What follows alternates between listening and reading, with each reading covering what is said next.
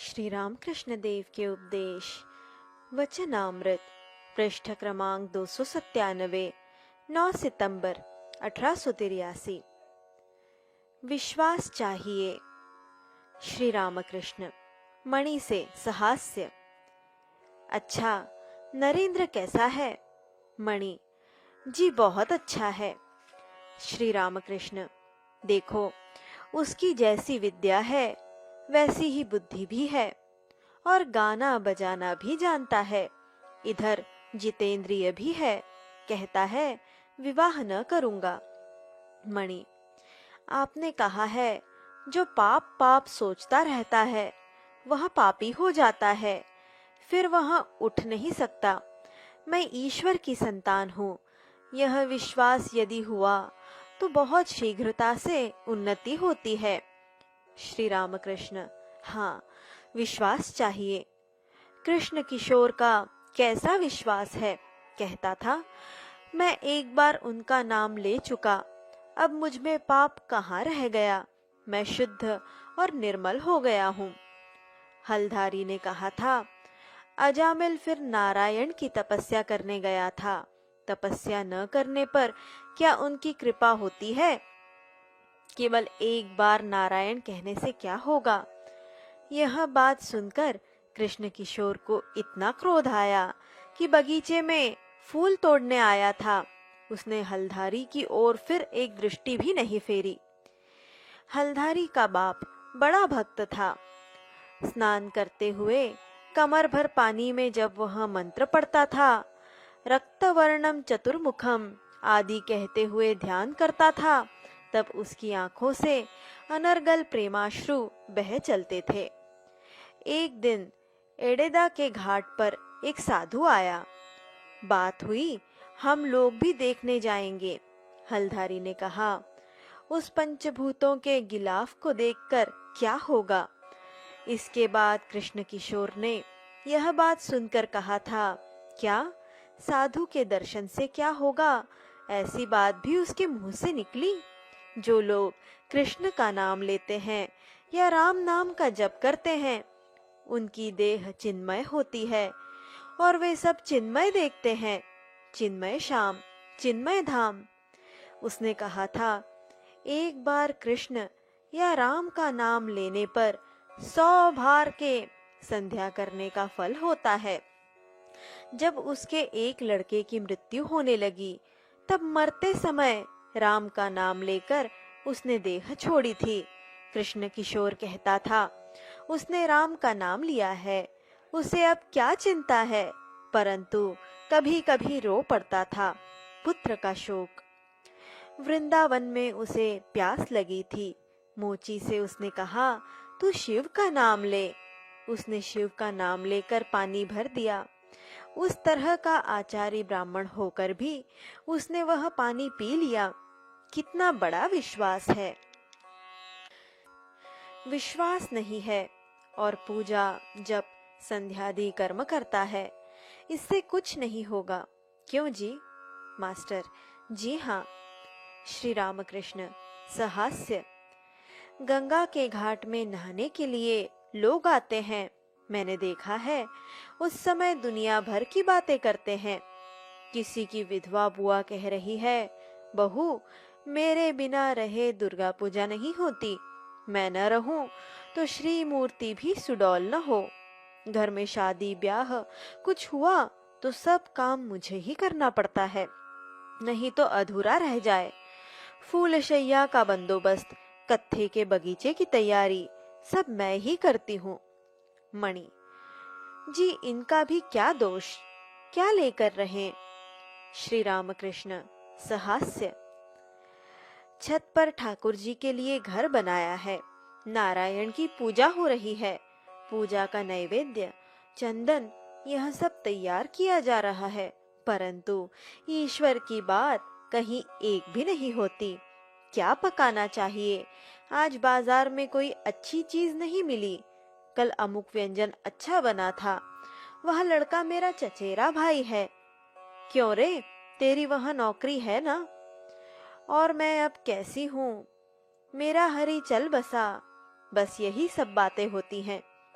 देखो भला, ठाकुर जी की पूजा के समय ये सब दुनिया भर की बातें। मणि: जी, अधिक संख्या ऐसे ही लोगों की है।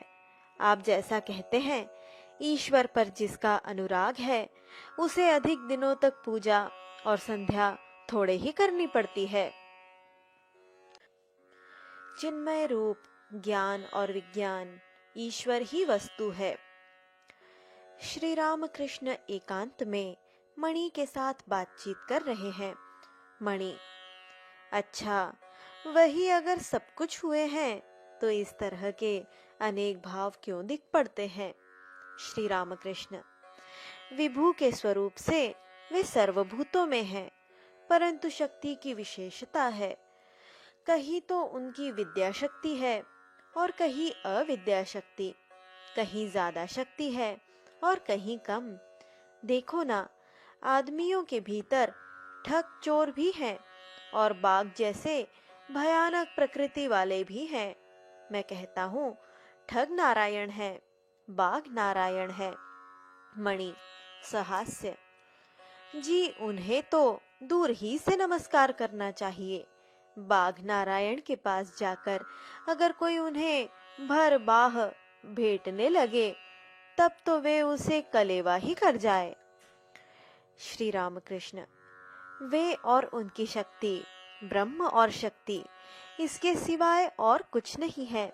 नारद ने रामचंद्र जी से स्तव करते हुए कहा, हे राम, तुम ही शिव हो, सीता भगवती है, तुम ब्रह्मा हो, सीता ब्रह्माणी है, तुम इंद्र हो, सीता इंद्राणी है, तुम नारायण हो, सीता लक्ष्मी। पुरुषवाचक जो कुछ है सब तुम ही हो, स्त्रीवाचक जो कुछ है सब सीता। मणि और चिन्मय रूप? श्री रामकृष्ण कुछ देर बाद विचार करने लगे, फिर धीमे स्वर में कहा, वह किस तरह है बताऊं? जैसे पानी का। यह सब बातें साधना करने पर समझ में आती हैं। रूप पर विश्वास करना, जब ब्रह्म ज्ञान होता है, अभेदता तब होती है।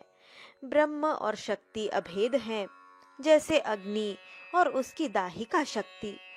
अग्नि को सोचने पर साथ ही उसकी दाहिका शक्ति को भी सोचना पड़ता है, और दाहिका शक्ति को सोचने पर अग्नि को भी सोचना पड़ता है। जैसे दूध और दूध की धवलता, जल और उसकी हिम शक्ति। परंतु ब्रह्म ज्ञान के बाद भी अवस्था है। ज्ञान के बाद विज्ञान है। जिसे ज्ञान है, जिसे बोध हो गया, उसमें अज्ञान भी है। शतपुत्रों के शोक से वशिष्ठ को भी रोना पड़ा था। लक्ष्मण के पूछने पर राम ने कहा, भाई, ज्ञान और अज्ञान के पार जाओ। जिसे ज्ञान है उसे अज्ञान भी है।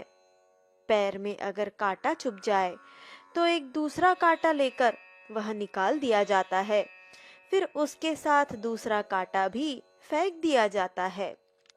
मणि: क्या अज्ञान और ज्ञान दोनों फेंक दिए जाते हैं? श्री रामकृष्ण: हाँ, इसीलिए विज्ञान की आवश्यकता है।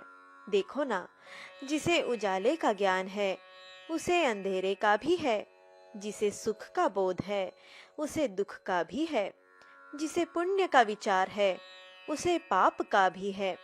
जिसे भले का स्मरण है उसे बुरे का भी है। जिसे शुचिता का अनुभव है उसे अशुचिता का भी है। जिसे अहम का ध्यान है उसे तुम का भी है।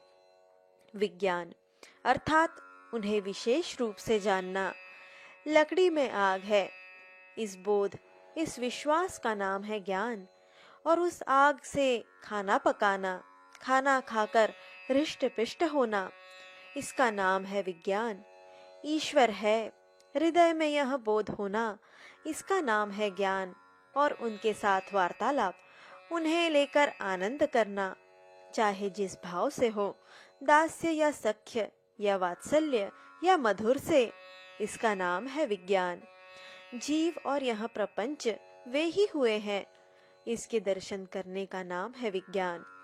एक विशेष मत के अनुसार कहा जाता है कि दर्शन हो नहीं सकते, कौन किसके दर्शन करे? वह तो अपने ही स्वरूप के दर्शन करता है।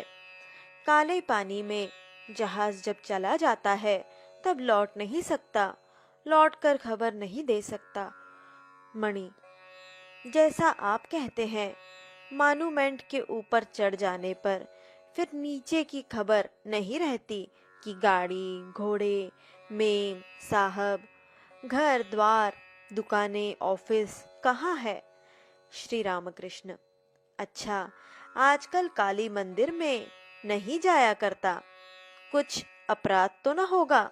नरेंद्र कहता था, ये अब भी काली मंदिर जाया करते हैं?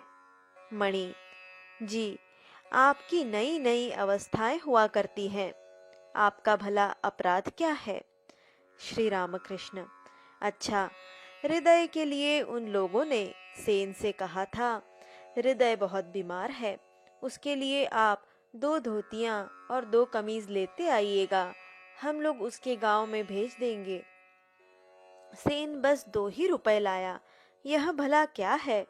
इतना धन है और यह दान, कहो जी। मणि, जी, मेरी समझ में तो यह आता है कि जिसे ईश्वर की जिज्ञासा है, ज्ञान लाभ जिसका उद्देश्य है, वह कभी ऐसा नहीं कर सकता। श्री रामकृष्ण, ईश्वर ही वस्तु है और सब अवस्तु।